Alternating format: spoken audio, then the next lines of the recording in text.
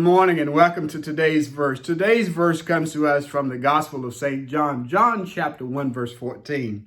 And it says this, "And the Word became flesh and dwelt amongst us, and we saw his glory. We beheld the glory of the only begotten of the Father, full of grace and truth." Who is this Word? Speaks to it back in verse 1. "And the beginning was the Word, and the Word was with God, and the Word was God." Who was manifest? What deity was manifest in the flesh, that is, became man, other than the Son of God, the only begotten of the Father, the Son of God. And notice it says that we beheld him. They were able to see him and touch him. Jesus is a historical fact.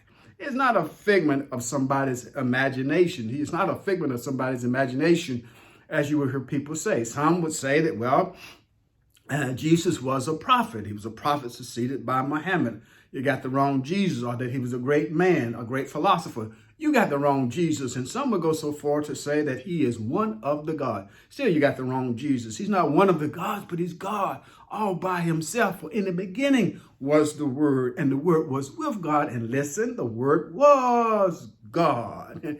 And this Word, speaking to the incarnation, and this Word became flesh and dwelt amongst us. We saw him, and we beheld his glory as the only begotten of the Father, full of grace and truth. God loved us so much. He loves us so much that he was willing to allow his Son to become the perfect representation of humanity, take on our sin debt upon himself, pay our sin debt upon the cross, to satisfy the judgment that was due for sin, that through his righteousness, by putting our trust and faith in him, that his righteousness was imputed unto us, therefore acceptable, making us acceptable unto God through what he did.